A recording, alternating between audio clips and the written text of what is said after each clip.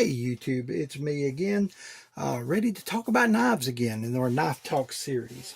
So today I want to talk to you about Stockman pattern knives. Stockman pattern knives are really one of my favorites. The majority of Stockman knives are going to be 3-blade knives. Here is one I've got for you to view. This is a case. Now the emblem was lost off this one and I made an emblem for it. Very rudimentary, but it was a fun experiment. But with a Stockman knife, you're going to have a clip blade for the main. Now this is the real thin, slender clip. I think some people call that a Turkish clip or a California clip, and there may be a difference between those two, but if so, it escapes me. But you're going to have a main clip on the two other blades. You're generally going to have a sheep's foot and a spay blade. Of course, we talked about the spay blade with the trappers, what those are for. And that's why this is a Stockman knife. This is what people used, oftentimes farmers and those who raise stock animals, sheep, cattle, pigs, things like that. And of course, use that with those 3 blades is very handy. And I think that's one of the reasons I've always preferred a Stockman, or for many years have preferred a Stockman. Just the fact that I have a whole complement of blades to work from there. And so, yeah, I really like the pattern. I probably have more Stockman knives than I do anything. So this is my one and only case Stockman. I think I've had others, but, you know, I trade knives every so often. This is one I got very inexpensive, and, yeah, I've hung on to it for years. Again, it's probably worth as much to me in sentimental value than it is in actual monetary value. All right, I've got quite a few here, so I'm going to be going through them. I got some other American made here. I have 2 that were made by Colonial. Okay, these look like a matched set. This one is a Ranger, and this one is an old Cutler. Now, you can't tell from the camera, but if you could hold these in your hand, the old Cutler knife is by far heavier than the Ranger. They're both good knives, both made with great steel. But this is made in sort of a semi-shell pattern, which was something Colonial was known for back in the day. Now, of course, Colonial is another good knife company that is still in business today. It's under different ownership now, but they do still produce knives, but I don't think they produce as many traditional knives. But you see, we have the full clip blade, the sheep's foot, and the spay blades. Now, this one is, when I say a semi-shell handled, the bolsters they're not hollow, but they clip on after the handles are on. The plastic handles were put on, and then those bolsters were clipped in place. And, you know, so it's not quite as heavy and solid as the bolsters you'll get on a traditional pocket knife. But Colonial could and did make some knives that were solid that way. This old Cutler was among one of their premium lines of knives. You see, this one even has the old Cutler etch on it. Looks really nice. But it was made by Colonial and came off the same assembly line. This one was a 15-year safety award for a business. So someone got that for being safe. When you look at the construction, though, this is full bolsters. Has the brass liners rather than the thin steel liners. And this has the 2 springs. So the main blade is on one spring. The 2 secondary blades are on the other spring. This cheaper one has 3 springs, a single spring for each blade. And you see the steel liners come all the way to the top where this one doesn't. So this is more of a traditionally, sorry, I'm bumping the camera. This is more of a traditionally made knife than this one is, but they're both very good. Colonial used some great steel, some wonderful heat treatment. And I like those. I tend to keep those 2 around just to show a matched set of Colonial made knives, and I love their stuff. Colonials and Imperials are something some people somewhat sneer at or have in the past, but both companies use very good steel, and I really enjoy them. So got another American made here. This is by Bear MCG, which is the predecessor to Bear and Son. They are made in Alabama, which of course I have that connection with them. So it's one of the reasons I love their knives so much. They make very good quality knives. This is a smaller Stockman, and you see it has the wooden handles, but they're green and real pretty grain structure on that one. And I really have enjoyed this knife. I don't carry it often enough. I don't know why I've put it up as if it's something to be kept, but a knife is no good really if you don't use it, so I should use it more. Okay, a few more here we're going to run through real quick. This one is a saber. Now, many of you are going to be familiar with saber knives. They were typically made, it seems like, in Japan. There were some that were made in Ireland. This one, though, is a Saber USA. It has solid bolsters, but it's a very lightweight knife. It's made a lot more like the Colonial. As you see, I've got the separate spring. It has 3 back springs, so a separate spring for each blade, and the liners come all the way to the top. I don't know if it was made by Colonial or not, but it may just be of similar construction. But another very good one. Here is an Imperial. This one was probably made in the 70s or 80s. As I'm starting to get some rust on those blades, I need to clean them up and use them a little more. No, I'm sorry. I apologize. I thought this was an Imperial. This is an Ulster, but it has the plastic handles with the deer motif pressed into it there. So I apologize for misnaming this knife. This one was an Ulster, which probably in these years was actually made by Schrade. That's I guess an open secret among knife companies is they made each other's knives occasionally on contract, and Schrade moved into the Ulster factory at one point, and the knives that came out of there were actually made by Schrade, but they carried both imprints on them. Speaking of Schrade, I've got quite a few of those I want to share with you today. I could not read the number on this one. It's just so tiny. I could have cleaned it up and used a magnifying glass and probably gotten it, but that is one of my smallest Stockman knives. That is a Schrade old timer. I've got this one that was a 134 OT, which is kind of the middle-sized Schrade Stockman. But I've rehandled that one. This is the first shield I ever inlet was on this knife. There's a lot of mistakes on this knife. It looks good from the outset, but I don't have good snap on that blade. The smaller blades don't have good snap. I had drilled the hole too large. So I had several mistakes on that knife. I keep it around to remind myself that I'm not as good as a lot of people think I am. And I need that humility at times. But that was a fun project. But I just made several mistakes. And I probably should take the knife apart and just use it for parts. But instead, I keep it there as a learning lesson that yeah, you can take a good knife and some beautiful bone handles and basically make a pile of junk out of it. It is possible to do. All right, so I got several more Schrades I'm going to run through here. This one is an 8 OT. Has a little bit of spotting on the carbon steel blades, but I love these knives. That is the size Stockman that I like to carry. The 8 OT was considered the larger Stockman. It's about the same size as the Ranger and the old Cutler. In fact, they are very similar in size. Yeah, it's almost identical in size. They were made by different companies, but yeah, great knife. I love that size. As you can see, I've got this version of it that is, I can't read the number on that one either, and it's just in the light. But this one is in the Schrade Scrimshaw series. It has some ducks in Scrimshaw across the handle there. And so the model number is slightly different from that 8 OT, but it is the same basic knife. Here is an Uncle Henry. This has a Heritage Series blade. I think I put the main blade in this one. The original blade was broken.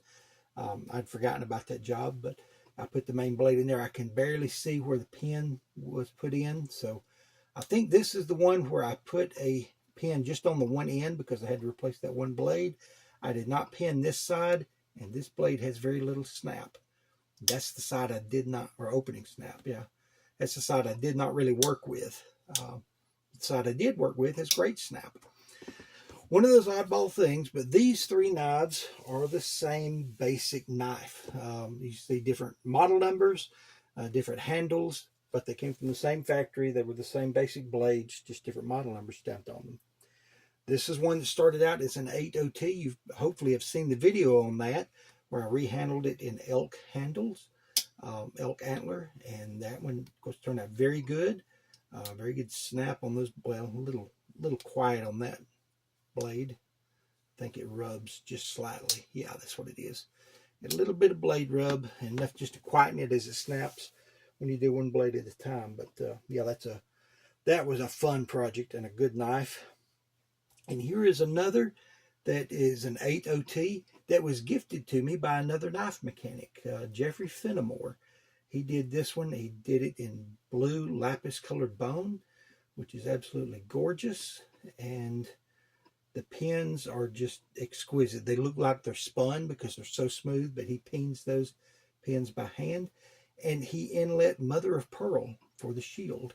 And as you see, that is as perfect inletting as you'll ever see. So he is just a master at working on knives. And I aspire to be as good as him, because Jeff Fenimore is very, very good at what he does. Here's another Schrade Uncle Henry. Again, my eyes are just not sharp enough to read that, but this is a little smaller than the case, you see, but not much. They're very close in size, but it also has that thin or slimline clip blade, a Turkish clip or California clip, whichever that's called. The other blades are, seem a little oversized in that knife compared to that, but yeah, very handy knife. This size and the large ones I like. When you get into the smaller ones, I don't care for those as much to carry in my pocket. They're just not as comfortable for me. Okay, I got a few more to run through here. This one is a Frost cutlery, but it was made in Japan. This is one that my dad gave me when I was young, and I think it has been abused, maltreated. The blades are a mess on it. They have good snap still, but the edges are just horrible. I never liked these handles. It's kind of that toasted bone, and it just has the deep gouges for jigging. So it's not a pretty knife, but it is very good steel. Here's another one my dad gave me when I was a teenager. This one has no name on it. Now the blades are rough on this one just because I used this knife and carried it for years and pretty much abused it. If I had a knife that I needed to use for a very difficult job, as you see, I've tipped that a little bit and the blades look almost serrated. There's so many chips and gouges in them. But if I had to do a very rough job that was abusive on a knife, often I would use that knife. Here's another that I've done a previous video on. If you saw the video short of my very first knife repair, where I replaced the pin on this one. If you haven't looked that up, it's just a 1 minute short. But that is a, well, I said Stockman. This one does not have the spade blade. It has a pin and a, well, I guess you'd call that a sheep's foot. It's probably what it was supposed to be, but it's very poor grinds. So I don't know if that would technically qualify as a Stockman or not. There are some Stockman knives that don't have a spade blade, and I think they're grouped in with other Stockman just because they don't have a separate classification for it, or maybe some people do, and I'm wrong on that. But that's just my take on it. This is one of the few Rough Riders that I own, but this is one my dad gave me, and so I keep it around because I don't really get rid of knives that are gifts, especially those that are gifted from my dad. Rough Rider makes some good knives. I just tend to not carry them very often. And this one I keep put up. It was a Christmas gift. But you see, this is a bow Stockman. You'd think it's much more curved. I don't know that this would qualify as what they call a sow belly Stockman. I believe they're curved a little more, a little deeper here at the bottom. But I could be wrong on that too. And everyone is entitled to their own opinion. And if I'm wrong, you can feel free to correct me on that. I'm certainly not the expert when it comes to all things knives. But I am still learning, and I'll try to share what knowledge I have. But yeah, we have some that are called a sow belly Stockman. I think it's a little deeper curve in there. It really fits the curvature of your hand, although this one fits rather well. And I like the way it fits my hand when I'm using it. Although, like I said, I've used it very little. But there are bow trappers, and I don't have an example of that. And there are some bow Stockman too. At least that would be my classification for that one. But the bow Stockman and the sow belly Stockman, Case has some beautiful sow belly Stockmans. I love those. A couple more just to throw in here. This is by Sharp, which is a And again, we have one with a pin and a sheep's foot. So, yeah, I guess it's debatable as whether or not you classify that as a Stockman. But both of these were by Sharp. This is the model 325. And the other is, I think, a 380. I'll look it up here. Let's see. Yes, 380. A 380 and a 375. The 375 you don't see as often. The 380s, you see quite a lot of those for sale on the secondary market. Sharp, though most of their knives were made in Japan. They were sold by Kmart, which of course is now out of business. But some of those are very good knives. I have a few Sharps that my dad gave me when I was a teenager. They're lockbacks. I'll show those to you on another video. But it just kind of made me like the knives, and I have started a collection of those for sentimental value. So, yeah, if anybody has any they want to part with inexpensively or wants to trade for, hit me up. We'll discuss that. If it's a pattern I don't have. This one is, as I said, I like the larger Stockman, but this is not one that I carry very often. This is one my parents gave me a couple of Christmases ago as a gag gift, more or less. Bear Hunter. It's made in Pakistan. It says Soligen steel, but it is made in Pakistan out of Soligen steel. This one, you can see, does not have a clip blade. It's, I guess, a large spear blade. But yeah, this knife is, I mean, it's a knife. It has powerful snap. It would work, but it's so big as to be completely unwieldy.